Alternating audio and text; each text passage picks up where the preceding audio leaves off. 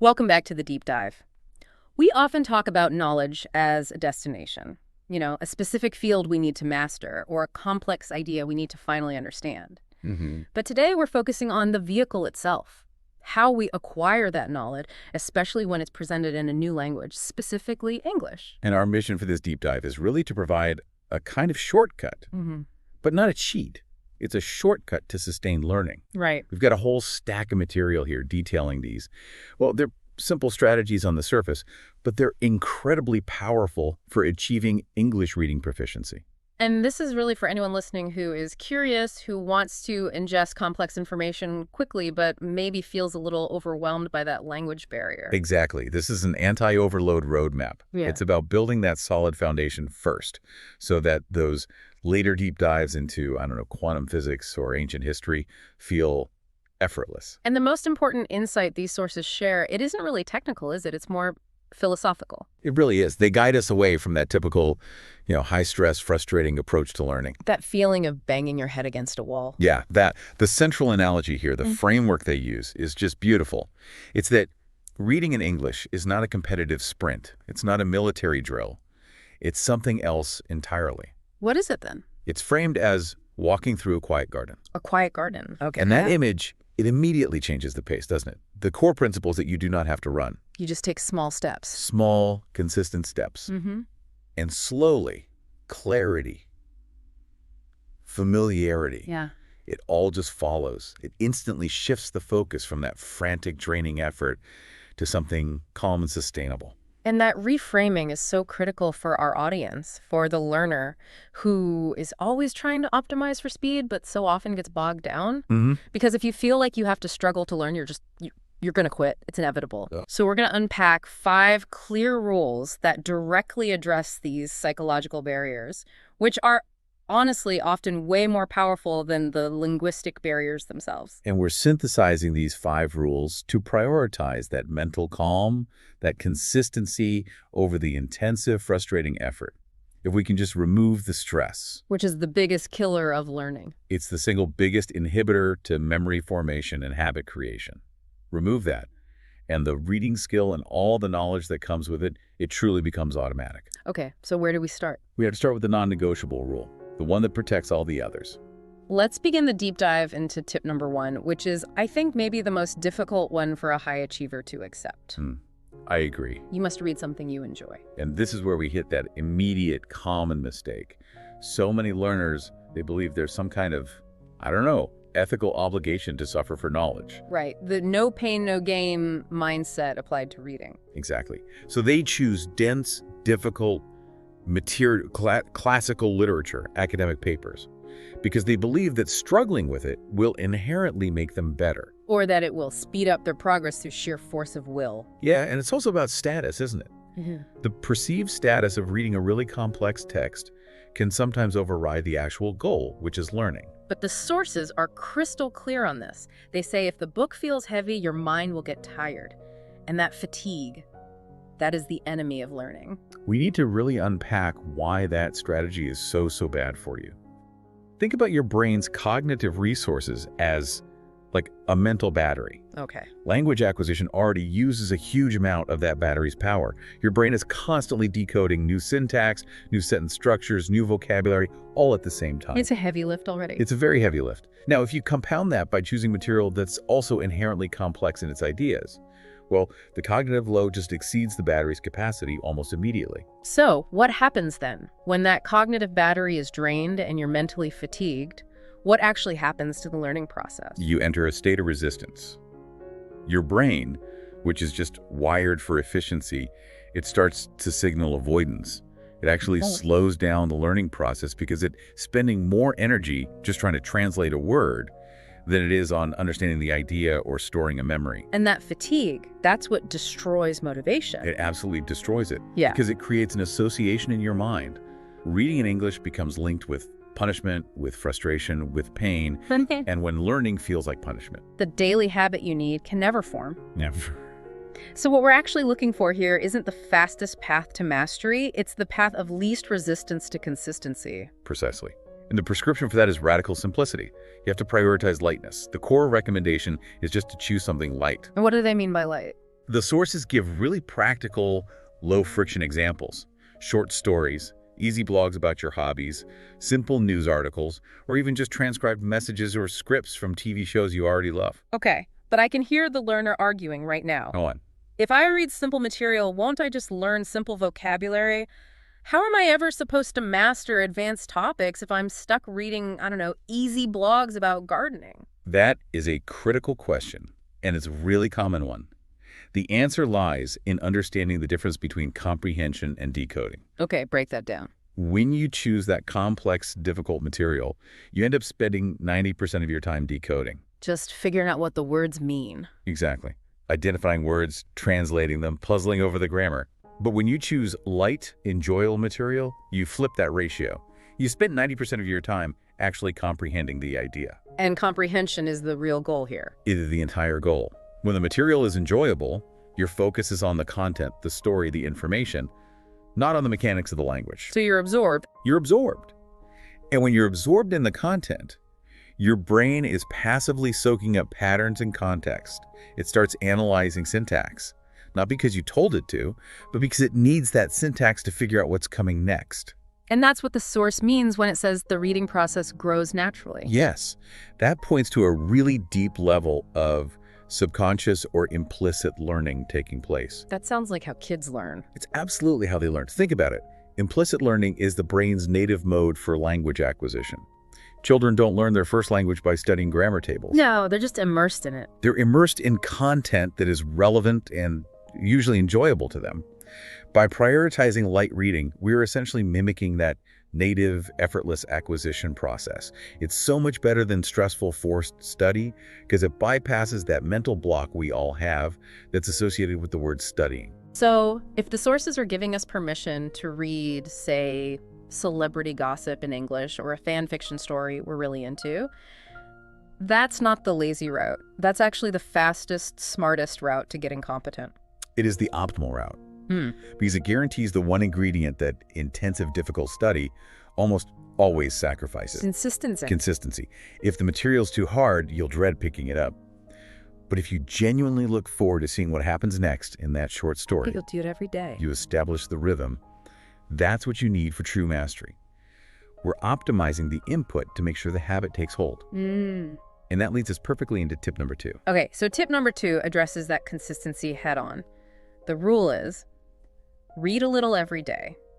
And the source material uses this brilliant anchor analogy for this. They compare it specifically to brushing your teeth. That analogy is so fundamental because it perfectly defines the habit loop we're trying to create. Brushing your teeth is non-negotiable, right? It's not draining. It's just a small daily habit. You don't need a huge surge of motivation to do it. You just do it. Right. It's just integrated into your day.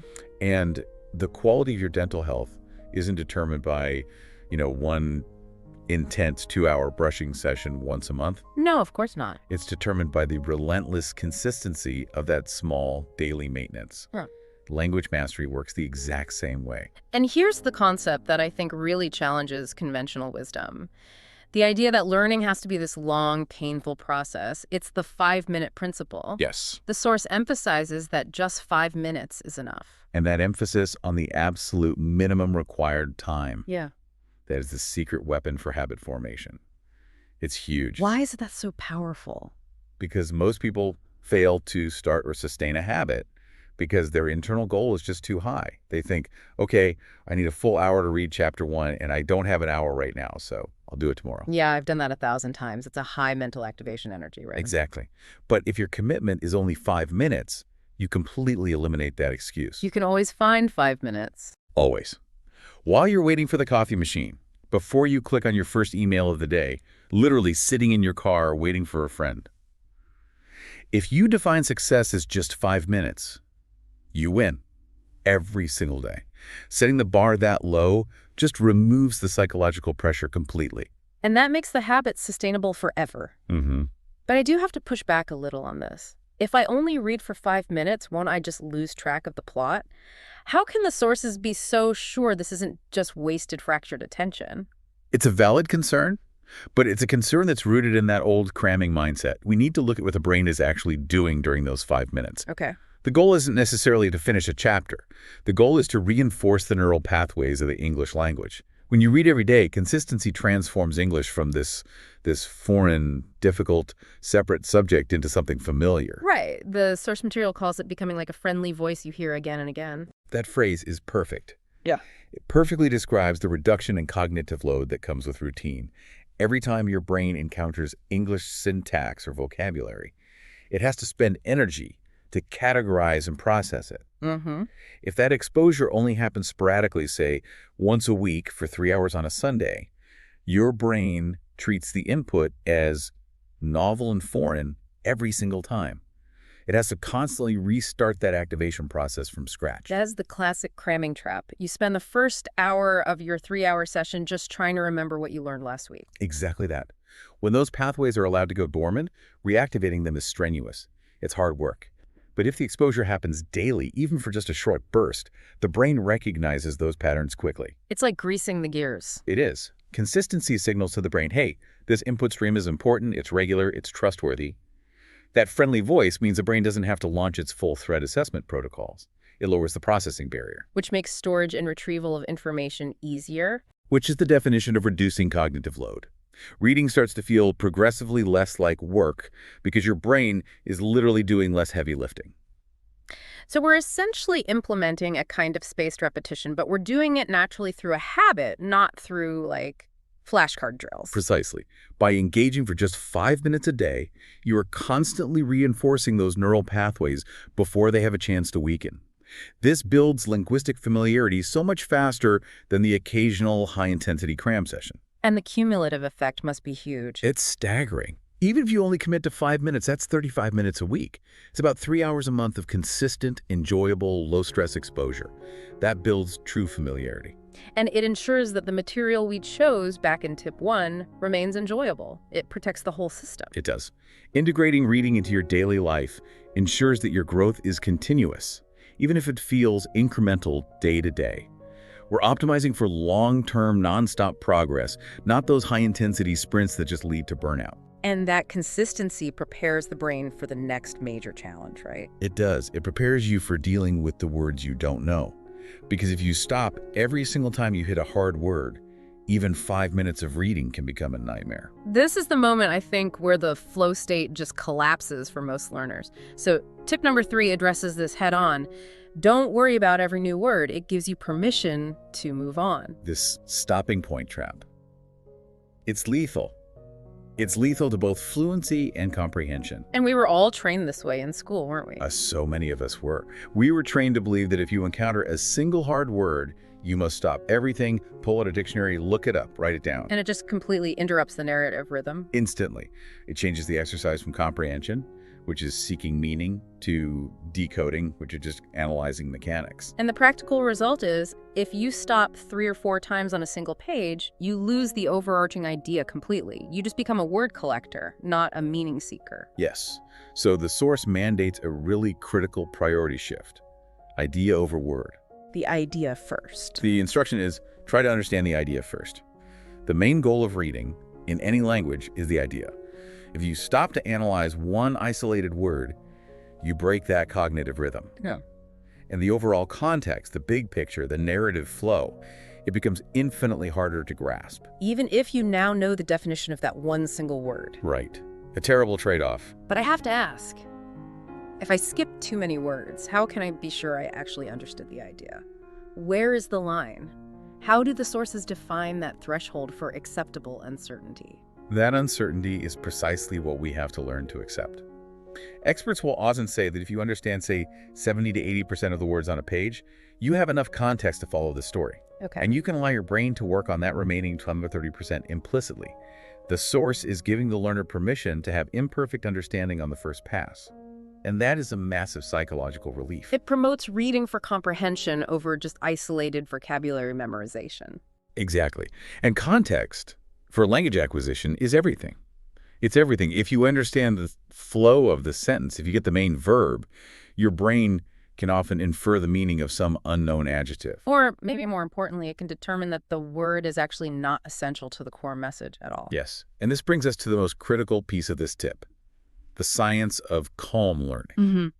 The source is so explicit about this. It says, your brain learns better when it is calm, not stressed. And we're not just talking about comfort here, are we? This is physiology. We're talking about physiology. So let's get into that. Why does stress actively inhibit memory formation in language learning? This is fascinating. Well, when a learner hits a difficult word and feels that pang of frustration or incompetence, that pressure of, I should know this, the body releases stress hormones like cortisol.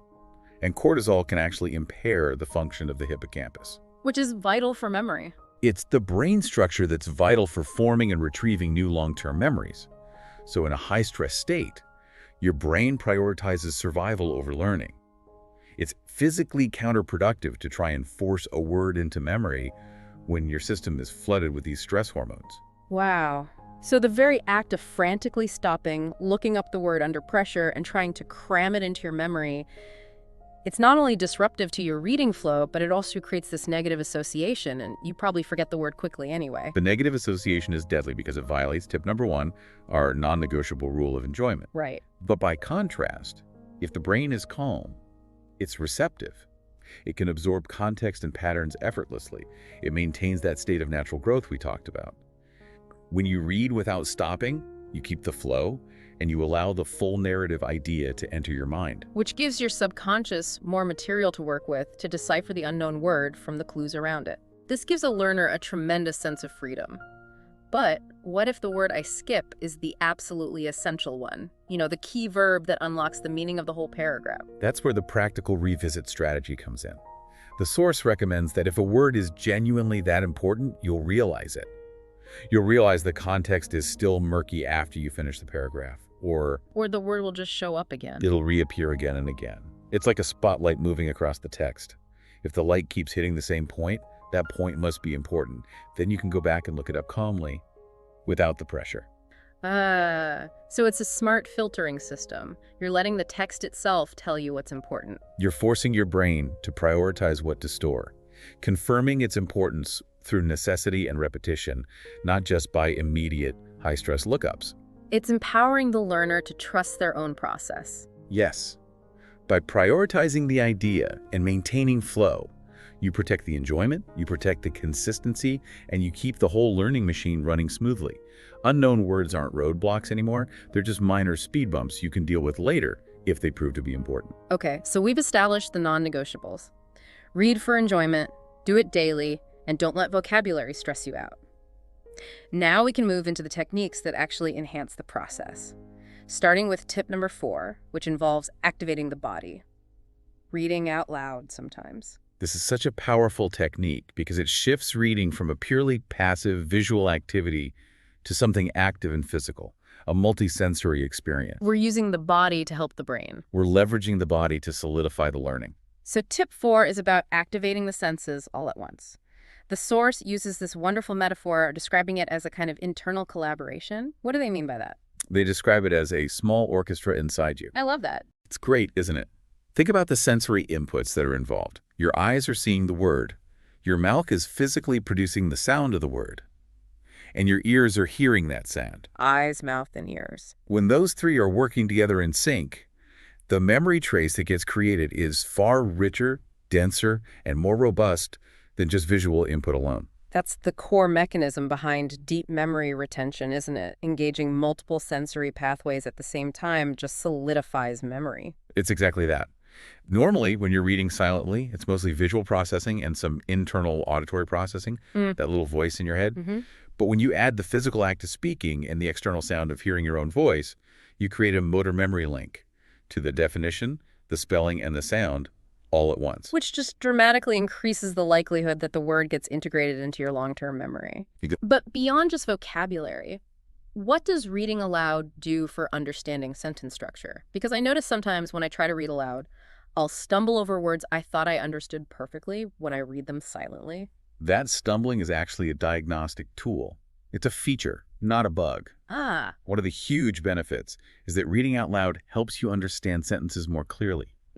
Silent reading allows us to skim or to mentally just skip over difficult phrases. But you can't do that when you have to speak it. You can't. When you're forced to articulate every sound and observe the punctuation, you have to respect the cadence and the architecture of the English sentence. You suddenly notice the relationship between clauses, the natural pauses, the rhythm that defines how English actually conveys meaning. So you're forced to see the architecture of the sentence, like you said earlier, not just the individual bricks. It forces full engagement. Yeah. Now, this isn't something you need to do for your entire 5 minutes every single day. Right. But it's an excellent intermittent reinforcement strategy. When you hit a particularly useful sentence or a paragraph that's dense with new vocabulary, pulling out tip 4 will solidify that learning so much faster. It's about using your body's natural systems to help the cognitive process. Building those connections faster. Okay, so that brings us to tip number 5, which is all about making sure the tools we use don't accidentally become new sources of stress or complexity. And that philosophy is just crucial here. Tools should make reading easier, not harder. We're trying to stop the learner from getting bogged down in some complicated, multi-step text setup. We're looking for low-friction aids. The source lists 3 simple, very specific tools. The first one is just a small notebook. And that notebook serves one specific vital purpose. It supports the calm learning mandate from tip 3. How so? Instead of stopping your flow to meticulously look up and define a word, you just quickly jot down the unknown word or phrase. You defer the action. So it acknowledges the word is unknown, which satisfies that inner perfectionist. But it maintains your momentum. The notebook is like a holding bay for later. Precisely. The second tool is a translation app. Mm-hmm. And this is necessary for those few critical words that really do block your understanding, where you can't get that 70% context you need to move on. But again, speed is the key. Right.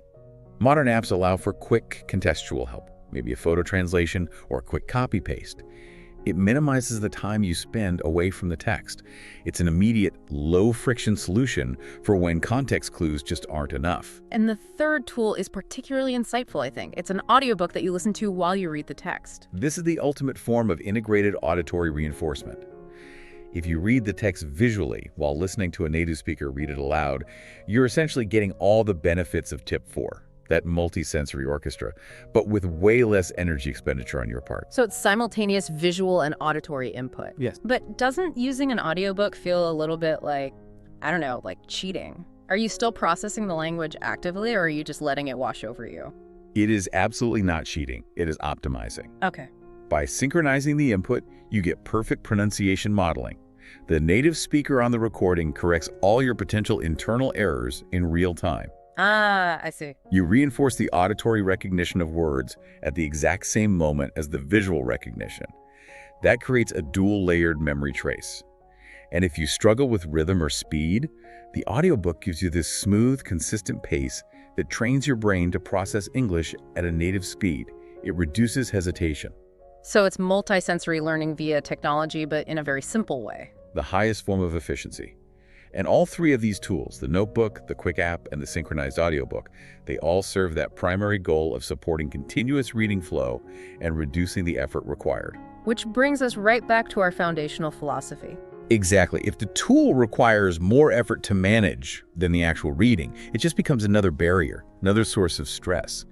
And it violates that core principle of walking through the quiet garden. Simple tools, like simple enjoyment, lead to sustainable progress. Exactly. So we've covered 5 immensely practical tips that when you put them together, they form this cohesive, low-stress philosophy for language acquisition. We have enjoyment, read what you love, routine, just 5 minutes a day, calmness, don't stop for every word, multisensory engagement, read out loud sometimes, and simple support, use your tools wisely. But the core ethos that really ties all of this together is patience. It all comes back to patience. Absolutely. Yeah.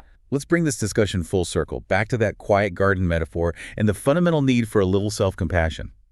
The final concluding thought in the source material is so powerful. It's just, reading is not a race. You cannot force a skill like this through sheer acceleration. You can't. And we live in a world that is just obsessed with instant results and rapid acceleration. We want fluency in 3 weeks. But skills, especially linguistic skills, they fundamentally defy that logic. And trying to force that speed just leads to cognitive fatigue and burnout every time. And the source provides the perfect growth analogy for this sustainable process. It says reading is a quiet skill that grows like a plant. Okay. And what does a plant need? It needs 2 things. Consistent nourishment, that's your daily reading routine, and time. You cannot scream at a seed to make it sprout faster. Right. And you can't pressure your neural pathways to strengthen overnight. It just grows little by little, page by page. And this really reaffirms the value proposition for the learner. This calm, consistent, low-stress approach ensures that the knowledge you gain is actually understood and can be applied sustainably. You're building a reservoir of enduring ability, something that will serve you for decades, not just cramming for some short-term test. This framework, starting small, staying calm, focusing on pleasure, it really is the most reliable way to get proficient. Because it minimizes that emotional resistance. And that resistance is the true enemy of progress. It makes the journey enjoyable, which guarantees you'll keep walking down the path. So we encourage you, find your quiet garden today. Take these 5 simple steps, implement that 5-minute principle, find something light, find something you enjoy, and just start walking. And building on that idea of small daily steps, on that quiet skill of patience, we want to leave you with a final provocative thought. Okay. The consistent act of reading for enjoyment, it doesn't just improve your English language skills. By consciously training your brain to prioritize flow over perfection and consistency over intensity, you fundamentally change how your brain processes all new information. You become a more patient, more effective, and a less stressed learner in every aspect of your life. You learn the invaluable skill of trusting the process and just allowing clarity to emerge slowly, reliably, page by page. Thank you for joining us for this deep dive into cultivating reading proficiency. We really hope these strategies help you unlock that friendly voice in your own reading practice. We'll be back soon to tackle the next stack of sources. Until then, keep reading.